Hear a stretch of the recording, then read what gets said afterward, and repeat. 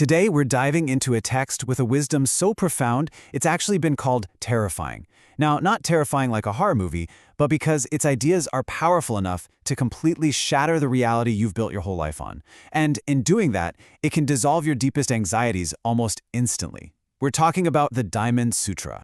So let me ask you, do you ever get that feeling that life is just an uphill battle?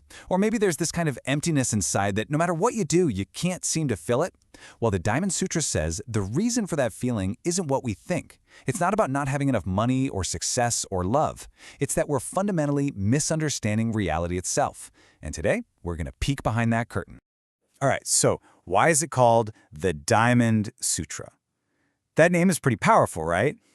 Well, the name itself is the whole key. It's a perfect metaphor for the kind of wisdom we're about to get into. The key concept here is Vajra. Just imagine a diamond so flawless and so sharp that it can slice through absolutely anything, any fear, any illusion, without ever getting a single scratch. Now here's the kicker. The sutra says this diamond isn't some mythical object you have to go find. It's your own natural wisdom, which right now is just buried under layers of anxiety and worry.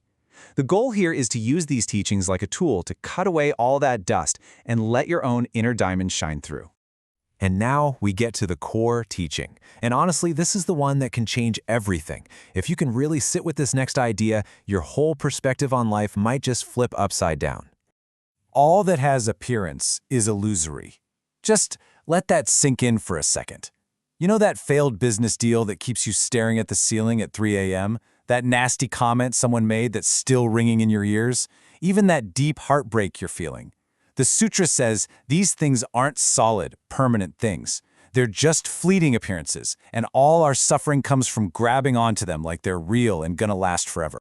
This really gets to what illusory means. See, the text isn't saying things don't exist.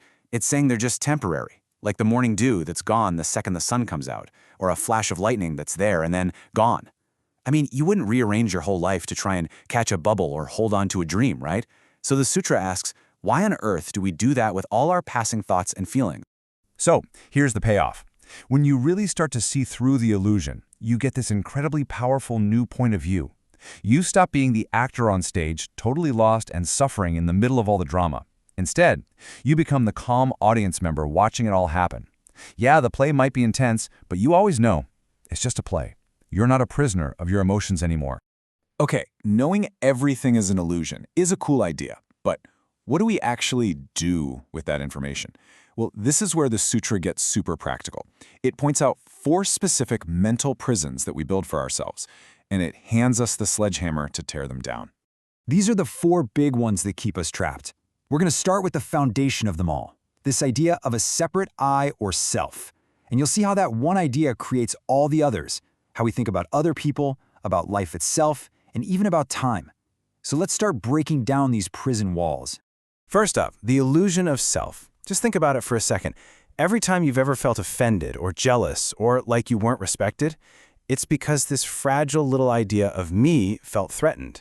They didn't respect me. My feelings got hurt. This self we carry around is basically a giant bullseye painted on our chest. The sutra asks, what if you realize that this self is just a temporary bundle of thoughts and feelings? Then the target just vanishes. You can't hurt something that isn't there. Okay, let's look at the next 2 prisons together, the illusions of other people and other beings. We waste so much energy putting everyone into boxes, right? Good guy, bad guy, friend, enemy, on my team, against me. And it just creates endless conflict. But the sutra suggests something really radical. What if you saw everyone, and I mean everyone, even the person who hurt you the most, as just a part of the same thing as you? A confused, lost version of yourself, just acting out of their own pain. When you see that, it's pretty hard to hold on to anger. It just melts into compassion. And the last prison wall is our obsession with time. Man, we live our lives either drowning in regret about the past or completely freaking out about the future. But the sutra cuts right through that noise with a simple, sharp truth. The past is already gone, the future isn't here yet, and even this exact present moment is slipping through your fingers as you try to hold it. The only thing that's real is right now. A full life isn't measured in years, it's measured in how present you are in each moment. So at this point, you might be thinking, okay, wait a minute. If everything's an illusion and I'm supposed to let go of myself, my past, and my future, Does that mean I should just quit my job, sit on the couch, and do nothing? And the answer is a huge absolute no. And this is where the sutra gives us its most brilliant, practical wisdom for living in the real world. This right here is the perfect formula. Abide in nothing, yet let the mind arise. Let's break that down. Abide in nothing means your mind isn't stuck. You're not clinging to winning or losing, to praise or criticism. But, and this is the magic part, let the mind arise. You still show up. You still engage with life 100%. You love your family with all your heart. You work hard at your job. You live with passion.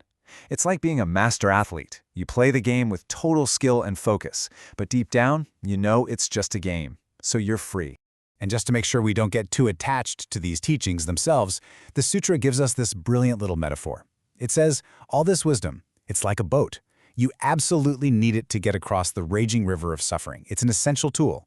But once you get to the other side, to the shore of peace, you don't strap the boat to your back and carry it around, do you? No. You leave it behind and walk on. Even the best ideas are just tools, not things to cling to. So where does all this take us? What's the end game? Well, it's not about reaching some mystical, far-off state of being. It's about totally transforming your day-to-day life. It's about living this wisdom right here and right now. This is the verse you want to keep in your back pocket. When you're feeling total despair, remember your pain is like a dream. It feels real, but it will pass. And when you're on top of the world, feeling invincible, remember your success is like a flash of lightning. Amazing, but temporary. See, this isn't about being negative. It's about being free. It lets you ride the waves of life, the good and the bad, with a steady, peaceful heart. And let's be really clear about this. This wisdom isn't about escaping the world and running off to a monastery. The true awakening happens right in the middle of the mess. The real practice isn't how peacefully you can meditate on a quiet mountain. It's how you handle a tense meeting at work, how you deal with a sink full of dirty dishes, or how you navigate a disagreement with someone you love. That's the real temple. In the end, maybe the most powerful, most radical message in the entire Diamond Sutra is this one. It's about total self-reliance. You don't need to look for a guru or a savior to come fix you. The diamond, that incredible wisdom, that bright light, it's already inside you. Your only job is to uncover it. You are your own lamp. So if you know that life is like a dream, that you are the director and not just some helpless actor, well, that doesn't make life meaningless. It does the exact opposite. It turns your life into a blank canvas. It hands you the ultimate freedom to create your own experience. So the final question the sutra leaves us with is a simple one. What kind of story are you going to choose to live?